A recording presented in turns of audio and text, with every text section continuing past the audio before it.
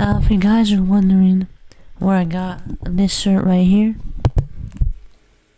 I got it from a website called like Etsy.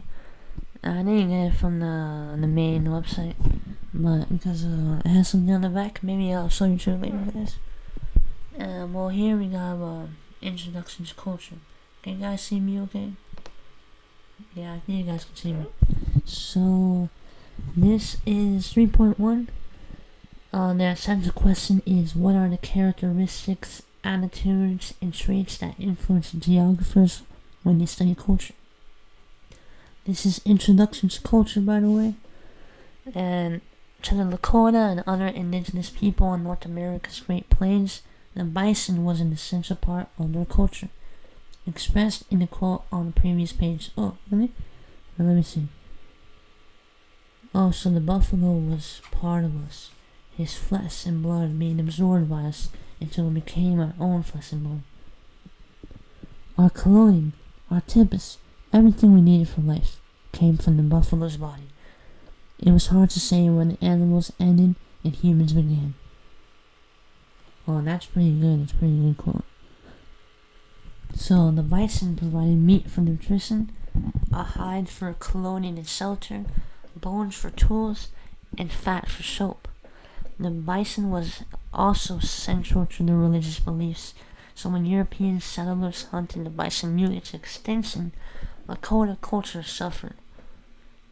If you take something down from a culture, it's hurting the culture as well.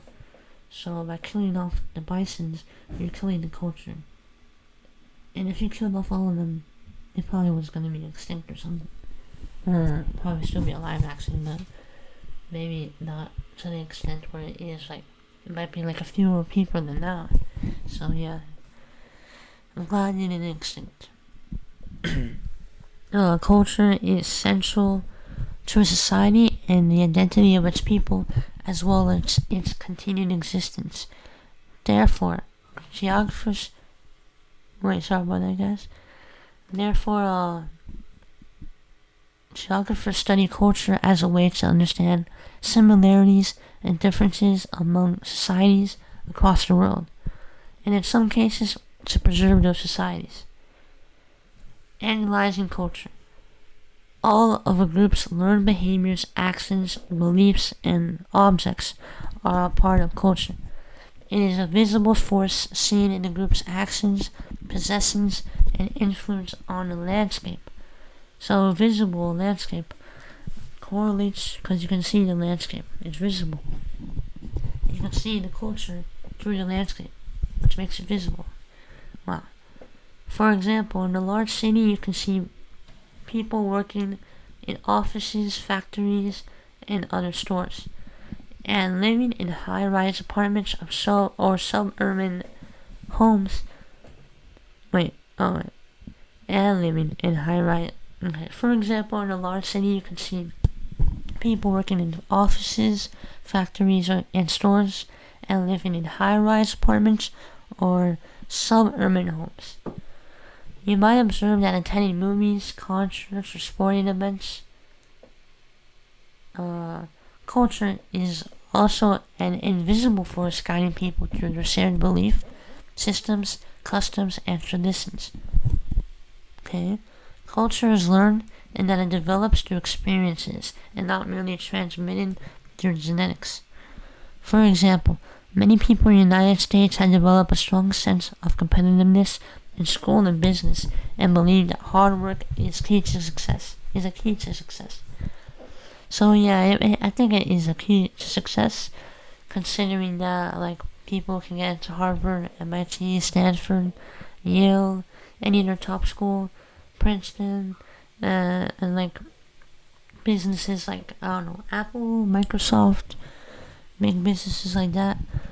They believe that hard work is a key to success, which is valid considering where they stand on that.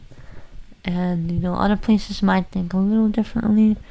I don't know, might think the same thing somehow, which there's a lot of influence in that, because like there's a lot of YouTubers saying Like, hard work is like key to success, That's pretty cool.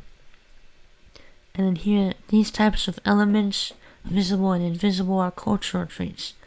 A series of interrelated traits that make up a cultural complex.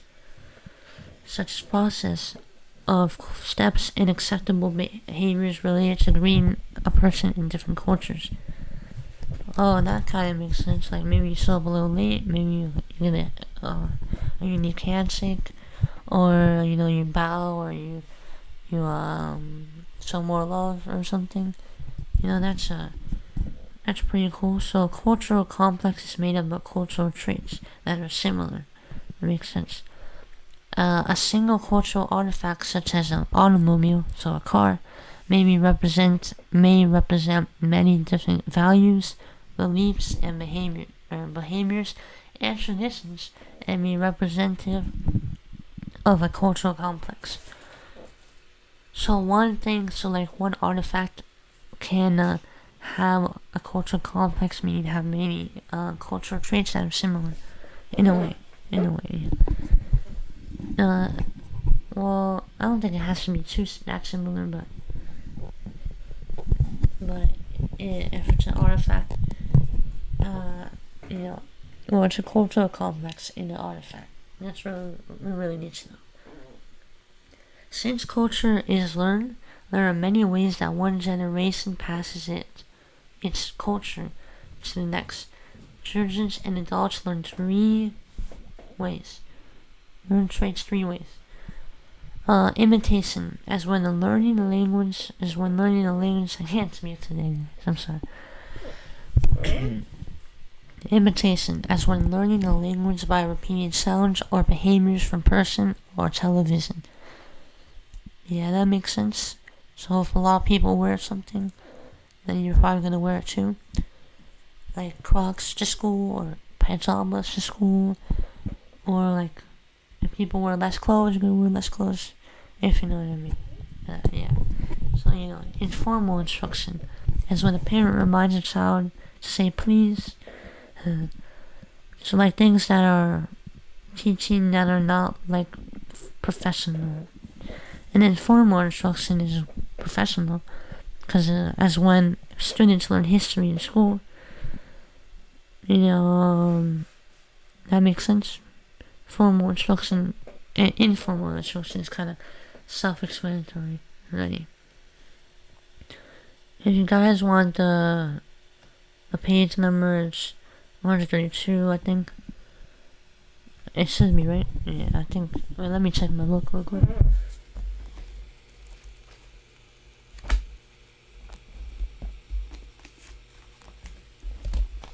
Yep, it is right there. I don't think I even had to check, because why would it be wrong? By the way, my book does not have any color, so by seeing this thing here, it's kind of new to me. So the automobile provides more than just transportation, as it reflects many values that are central to American culture. Sorry, guys. So yeah, it shows the social status, it shows freedom, it shows entertainment, it shows the rite of passage. So automobile, or the car, is shows a lot of things. It's has a lot of different meanings, and that's what makes a cultural complex, which have similar things but are different, of course. But they are related to one thing, which is the automobile. And yeah, it's pretty cool. Origins of culture. Okay. Where did culture start, I guess? In an area which a unique culture or a specific trait develops is a culture heart. Okay?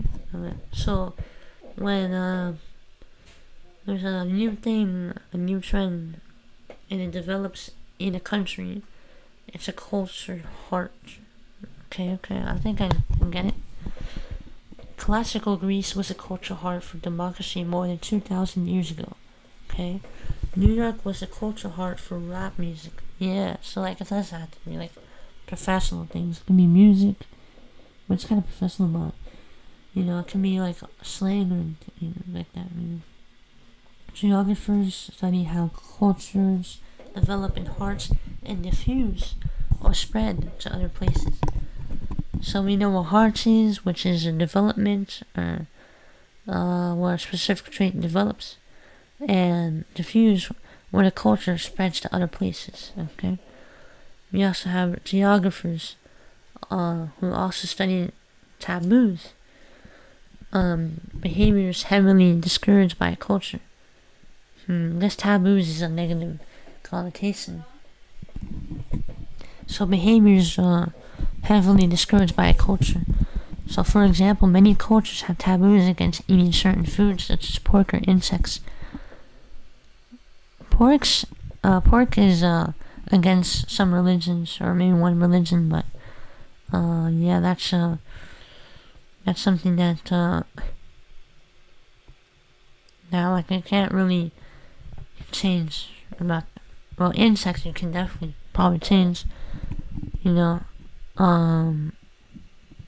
Like it's just actually no, maybe it's also part of religion, but I never heard of any religions that like don't want to eat insects, because like why would you eat them anyway? Actually, I don't know. Maybe it's just them being picky, or maybe it's a religion. I don't know, guys. What is considered taboo changes over time. So taboo is like things that are not, they're kind of weird. Okay, yeah. It's kind of weird based on a culture, even though it's different from our culture, which kind of is making it unfair that it's weird. It's like country likes to eat like pizza, and the other country likes to eat meatball or spaghetti meatballs. And then you probably won't find that weird, but like if another country eats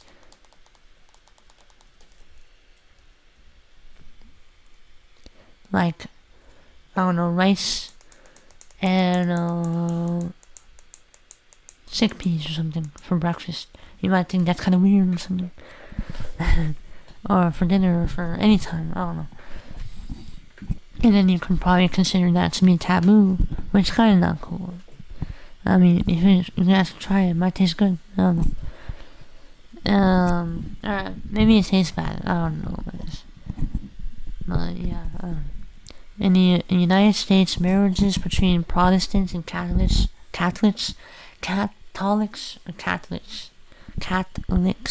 were once taboo, but they are now widely opposed now. What does widely opposed mean? Well, if you guys seen this, you might know, guys. But yeah. Traditional folk and indigenous cultures. With the beginning of the Industrial Revolution in the late 18th century, modern transportation and communication connects people as never before, and led to extensive cultural mixing, especially as cities have grown. Okay? So transportation, communication have like extensive cultural mixing. So the diversity of cultures have expanded because of from the Industrial Revolution, from all the things for most of the things that I got. And the world prior to this time was very different. However, remnants, I don't know, of the past, I think it's remnants, of the past are still evident in our modern cultures. Traditional folk. Hey, don't read it. Traditional, folk, and indigenous cultures share some important character. Sorry about that, guys. I didn't mean to press it. Traditional folk and indigenous.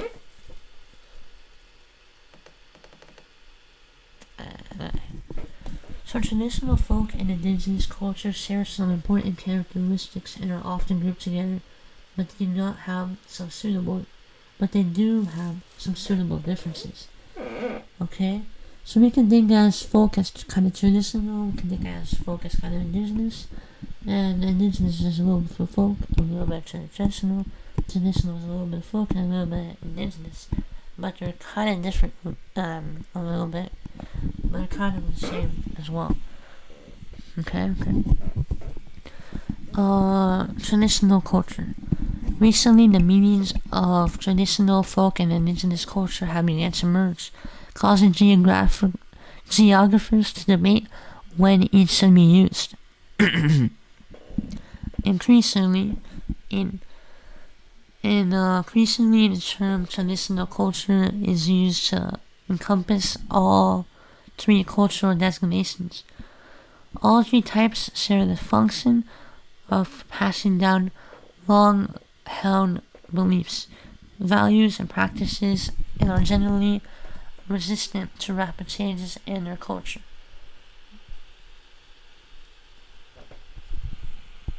Okay. Folk culture. The beliefs and practices of small, homogeneous group, which means the same, group of people, often living in rural areas that are relatively isolated and slow to change, are known as folk cultures. Like all cultures, they demonstrate the diverse ways that people have adapted to a physical environment. For example, people around the world learned to make shelters out of available resources, whether it was snow or mud bricks. However, people use similar resources, such as wood, differently. Okay, yeah.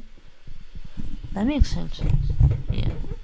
In Scandinavia, people use trees to build cabins.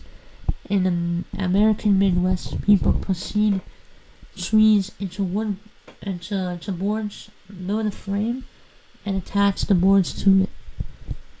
Many traits of folk culture continue today. Corn was first grown in Mexico around 10,000 years ago. Wow. That was before year zero, which that was negative 8,000 or 8,000 BC. That's cool. Corn was first grown. Well, yeah, that makes sense. How did they record that? They didn't say, corn was first grown. I don't know. Wow. That's a long time ago. Corn is a known food, guys. It definitely evolved over time. It might have been a lot bigger, or maybe it was a lot smaller, or now it's maybe they probably put some genetically modified it to make it more nutritious or something, or maybe taste better. It might be good or bad, but either way, it's a better corn, probably. And So while many elements of folk culture exist side by side with modern culture, there are people whose societies have changed little, if at all, from long ago. Okay? These people practice traditional cultures, those who have been affected by modern technology or influences. They often live in remote regions, such as small tribes in the Amazon forest, and have scant knowledge, I don't know what scant means, but scant knowledge of the outside world. As lines continue blurring between cultural designations, the Amish of Pennsylvania are often referenced as both folk and traditional culture. Okay. So from that, we should know what the difference between folk and traditional is. So folk culture is things that have not have been kind of affected by technology or modern technology or something modern. But traditional cultures have not been affected at all. Okay, I think I know what we're talking about here.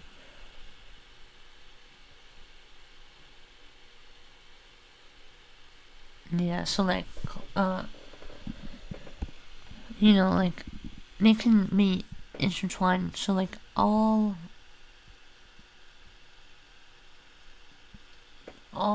folk culture, I think, is traditional culture, but not all traditional culture is folk culture, I think.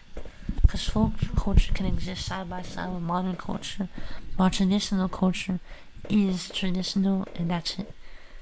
Which is pretty cool, pretty cool. Indigenous culture, when members of an ethnic group. Wait, why is it? I feel like the text is bigger. I don't know why. But is when indigenous culture is when members of an ethnic group reside in their ancestral lands and typically possess unique cultural traits, such as speaking in their own exclusive language. They are considered indigenous culture. When I think of indigenous culture now, I think of that one island where nobody is allowed to go. Like, I think it's like somewhere near Sri Lanka. And there was a video where a guy, or no, I think like a lot of people, or two people, I don't know, like people died there, I think. Because they're trying to help them. I remember there was like 5 guys who went somewhere like an isolated tribe, which by the way is like level 1 of the demographic transition model, stage 1 I mean. And they can have an exclusive language which nobody knows what they're saying. It's kind of crazy. How come nobody knows the language, And how did they remain the language? Well, how big are these tribes? Are they like 20 people? Are they 100 people? Are they 1,000 people? I don't know, man. I'm kind of scared to find out. I might be a lot of people, or maybe it's just a few people, which I don't know, man. That's crazy. At least you don't have anyone who's like, oh, I don't know what they're saying or something. Yeah. Some indigenous peoples have been displaced from their native lands, but still practice their indigenous culture. Native Americans in the United States, such as the Navajo, have kept indigenous cultural practices. First Nations of Canada, such as the Inuit, have also retained their indigenous culture. Pretty good. Globalization in popular culture.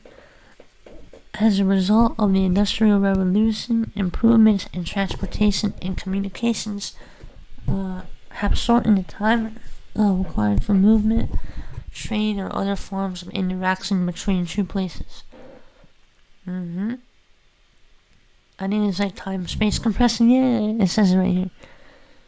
Or space-time compression. See topics 1.4 and 3.6. So it's bringing back a thing from Unit 1. Which I like Unit 1. Unit 1 was probably my favorite one. Because it was the easiest one. Some people think it's the hardest unit. For me, I personally think you just gotta remember a lot of things, and it's pretty easy. I don't know how. I got a perfect score on my FRQ and a 95 on the multiple choice. Because I missed one question. There was 20 questions, and we had 25 minutes to do both the FRQ and the questions. So, that's pretty good, For Unit 2, I missed 2 questions out of 25, which is a 92. So I got a 95 to a 92, which I hope it doesn't lower more. So I wish I could hope it increases, of course, for Unit 3. We gotta study, guys. We gotta study, man. FRQ, I'm not too confident about that. I don't know what my score is yet. But considering I got a 92, I'm gonna guess I got one wrong. I feel like he's gonna give me half a point or something for a question. I don't really think I got a question like wrong, but I think I didn't really explain it how I was supposed to explain it. But yeah, Unit 2 was kind of hard. It was a lot of topics, and each topic was kind of long. So guys, if you're thinking about taking AP Human Geography, it's not a class for people who don't really want to study. It's not a class for people who don't really want to read or anything. But it's a class for, there's a lot of competitiveness, I would say. There's people saying like, oh, join a competitive class, because they're not actually competitive, they're actually really helpful. In my class, they're not really like that. They're kind of more competitive. I'm not gonna lie, So if you guys want to take an AP class, you gotta, I suggest, think about it, and think about the work that you had. Okay, I don't have a lot of work to do, personally, but think about the work that you had to tell yourself to do, because no one's, like, the teacher's probably not gonna say, like, you guys gotta study, and show me proof that you studied, or something. And, no, they're just gonna say, like, yeah, we're gonna have a test next week, so make sure you guys are prepared and everything. He doesn't tell you to study directly, or he doesn't tell you to study directly. So you guys gotta make sure you study on your own. Make it fun, guys. And take advantage of this YouTube right here. You got, I searched this up earlier. You got this guy, Heimler's History. You also have maybe even the better one, but I don't know. Maybe that's a little controversial, but, or maybe it's not at all. This guy, Mr. Sinn, who does AP Human Geography. So guys, you should watch both of them.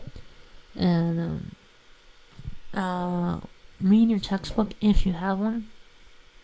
If you don't, you can find it right here. You can read this textbook if you don't have it. And I'm just trying to teach you guys right now. Alright, we're done with the break. Let's keep reading. So, this development, let's just read it again. As a result of the Industrial Revolutions, improvements in transportation and communications have shortened the time requirement for movement, trade, or other forms of interaction between two places. This development, known as space-time compression, has accelerated cultural change around the world. Okay? In 1817, a freight shipment from Cincinnati needed 52 days to reach New York City. By 1850, because of canals and railroads, it took half that long.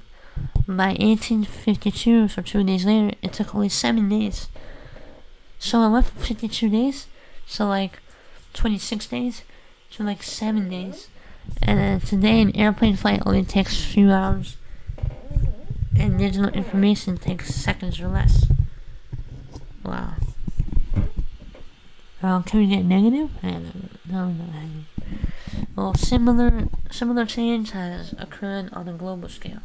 People travel freely across the world in a matter of hours, and communication has advanced to a point where people share information instantaneously across the globe. The increased global interaction has had a profound impact on cultures, from spreading English across the world to instant sharing of news, events, and music. Pretty good stuff, guys. You guys take notes on this. You guys, so like this is the website, by the way, Geox History. If you guys, well, this is for like a weird AI is going to talk to you, but right here we can talk to you right now. Well, the only thing with AI is, the only good thing is that this give you interruptions. I'm sorry. You have literally everything here, even the intro. Yeah, that's pretty cool.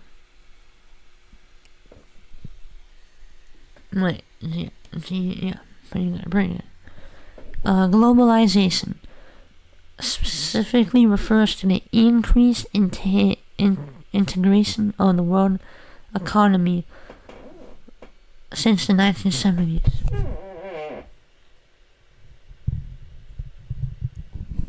Really? Wait, what does globalization really mean? That definition doesn't really make a lot of sense, but if you guys get it, good on you guys. The process of intensified interaction among people or peoples, governments, and companies of developed countries around the globe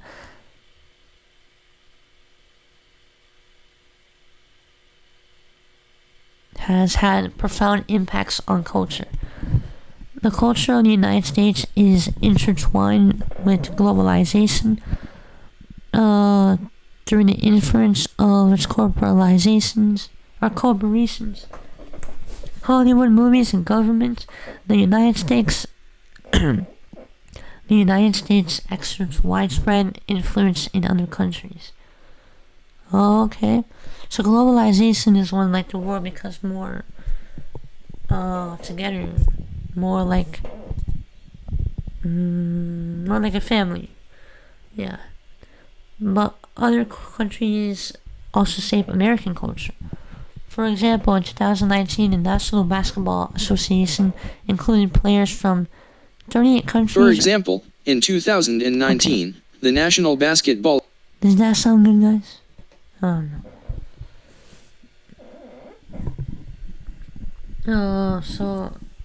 So when cultural traits such as clothing, music, movies, and types of businesses spread quickly over a large area and are adopted by various groups, they become part of popular culture.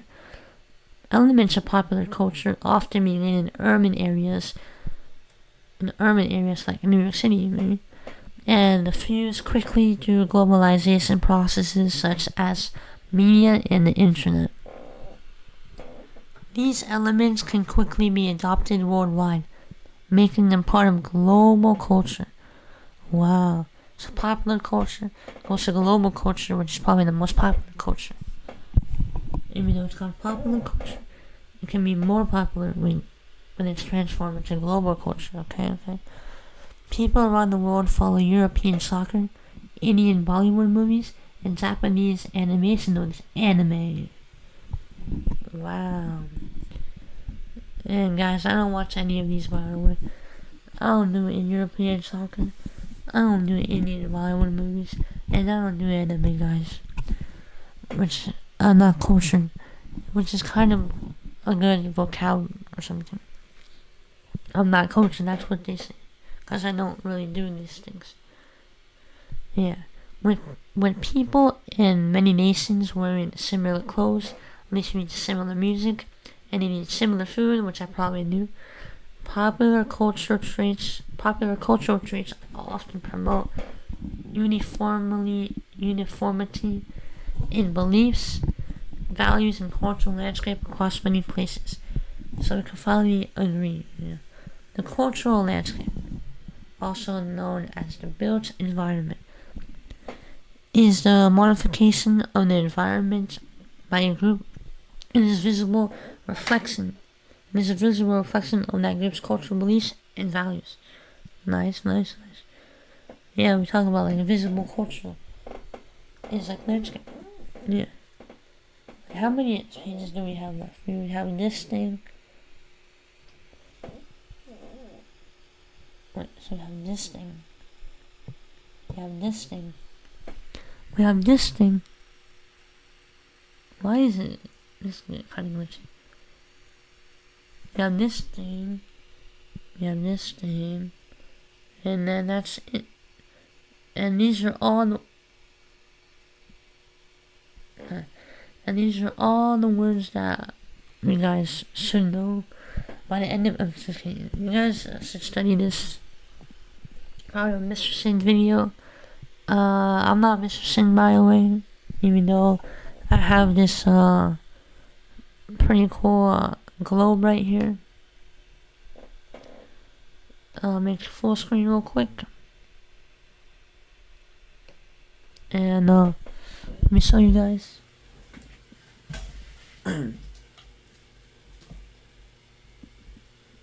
Yeah, I've been working on this for like a day, like an afternoon and in the morning. And this is what I've been working on, guys. I've been working on the world.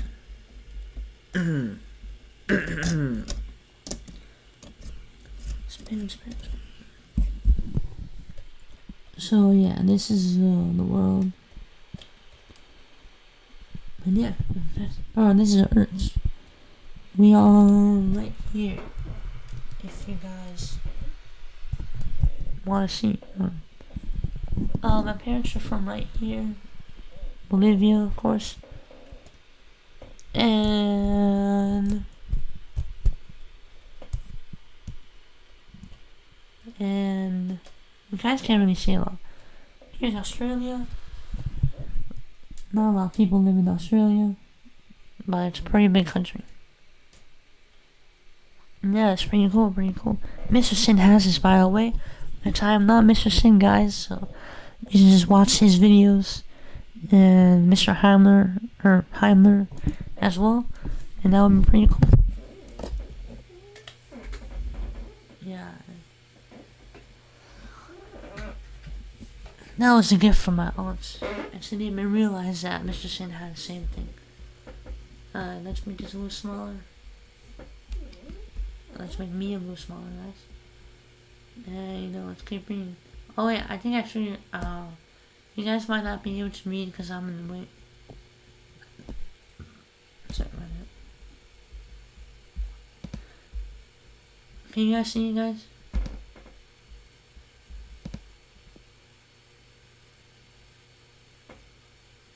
Yeah, I think you guys can see.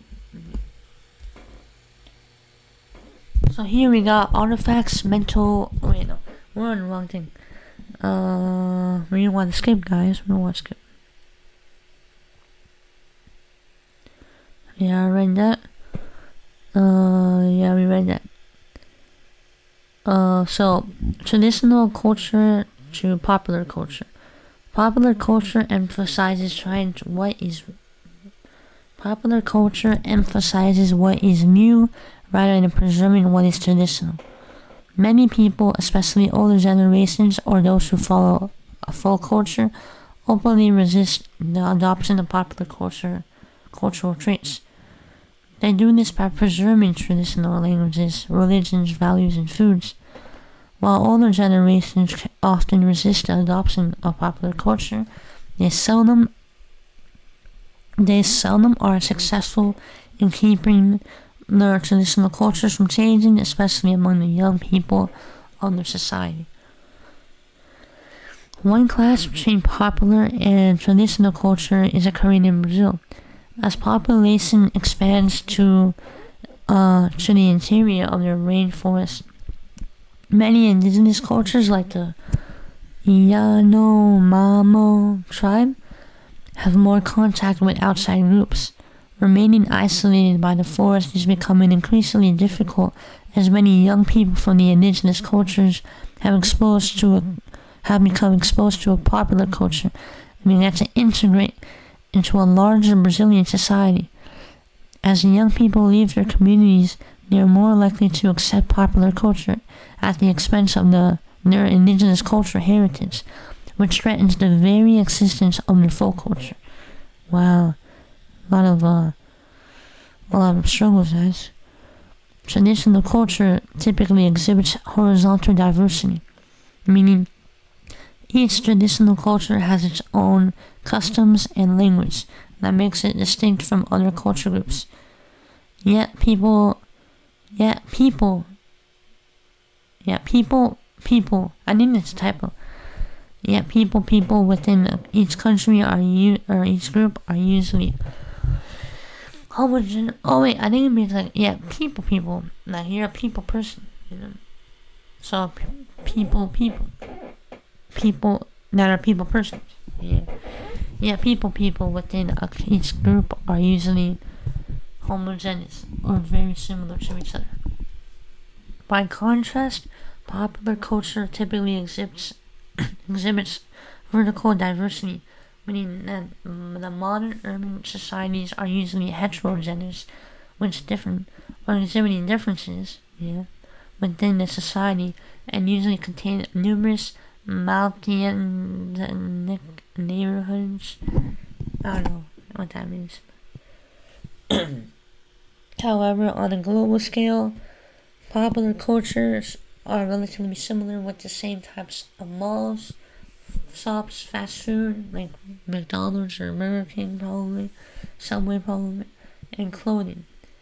Urban global cultural centers are not identical, yet global cities often do not have much horizontal diversity across space as full cultures.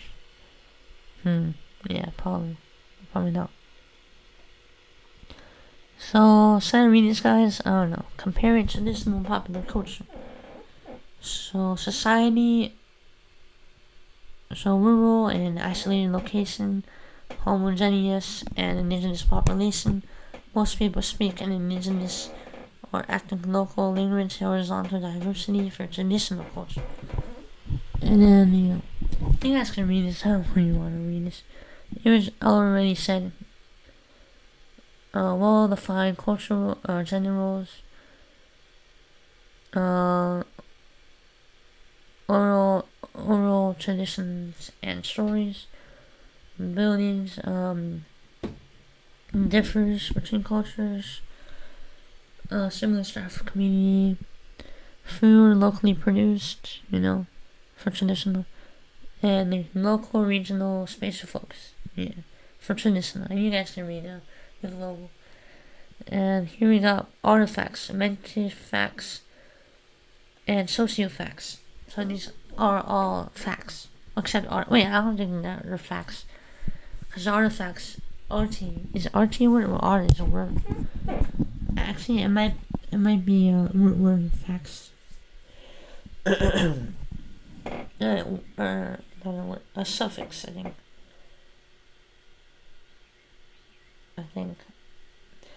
Whether a cultural attribute is considered traditional, folk, indigenous, or popular in the nature, it is valuable to differentiate between elements of culture that can be seen and those that cannot.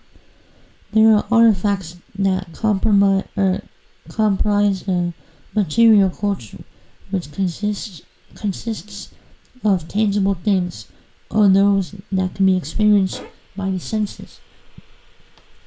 Art, which the five senses, you guys, like sight, hearing, touch, taste.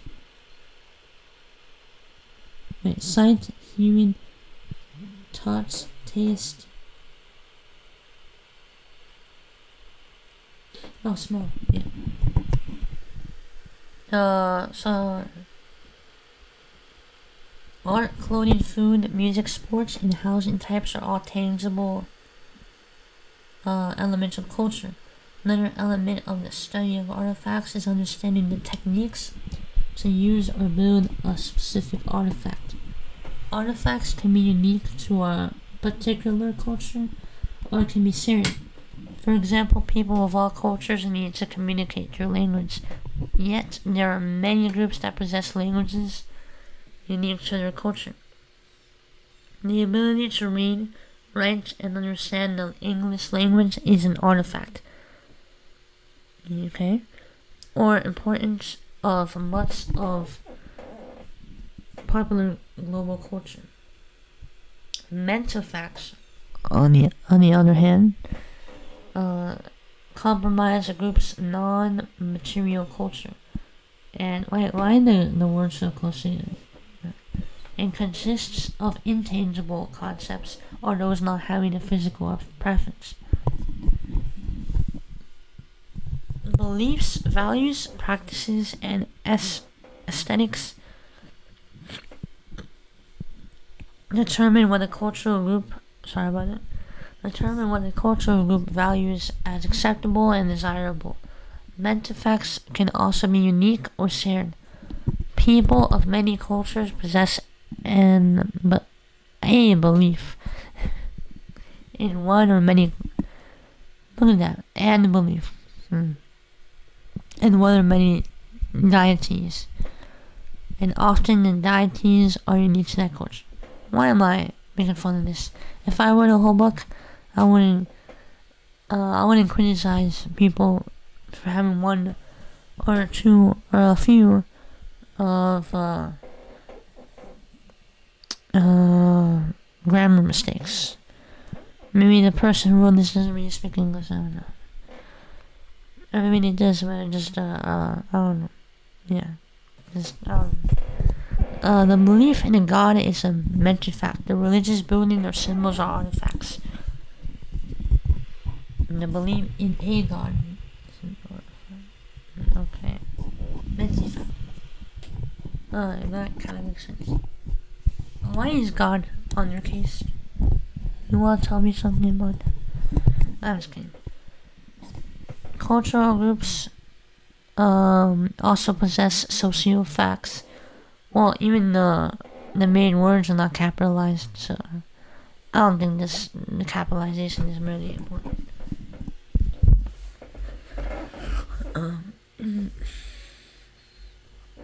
Cultural groups also possess sociofacts, which are the ways people organize their society and relate to one another. Taken all together, people tend to see the whole of their culture as greater than the sum of its individual parts. Sociofacts are embodied of families, governments, sport teams, religious organizations, education systems, and other social constructs. As with artifacts and mental facts, sociofacts may also be unique or similar to other societies. Families are the foundations of these of most societies. Yet what constitutes the structure of a family may vary widely between cultural groups. For example, Western cultures tend to view the nuclear family consisting of parents and their children as the basic family unit. By contrast, in Western African cultures, the norm is the extended family, consisting of several generations and other family members, such as cousins, living under one roof. Yeah, I think like Latin America, we have big families because like we consider the aunts, the uncles, the grandma aunts, the grandma uncles, the cousins, of course, second cousins, every family who has the same blood, basically. And here we go. Reflect on the essential question: what characteristics, attitudes, and traits influence geographers when they study culture? So you guys can sort these key terms here, and I would do it, but I don't know. I don't want to get anything wrong. So it goes. That's the last page, 3.1, and it goes to 3.2, which I may make another video on. And I think that's it, guys. We read all of 3.1 today. Welcome, guys, to the end of the video. Make sure to like and subscribe if you really want to. Thank you guys so much for watching. It means a lot to me.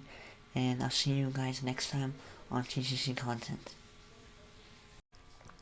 And sorry that the camera is kind of lagging.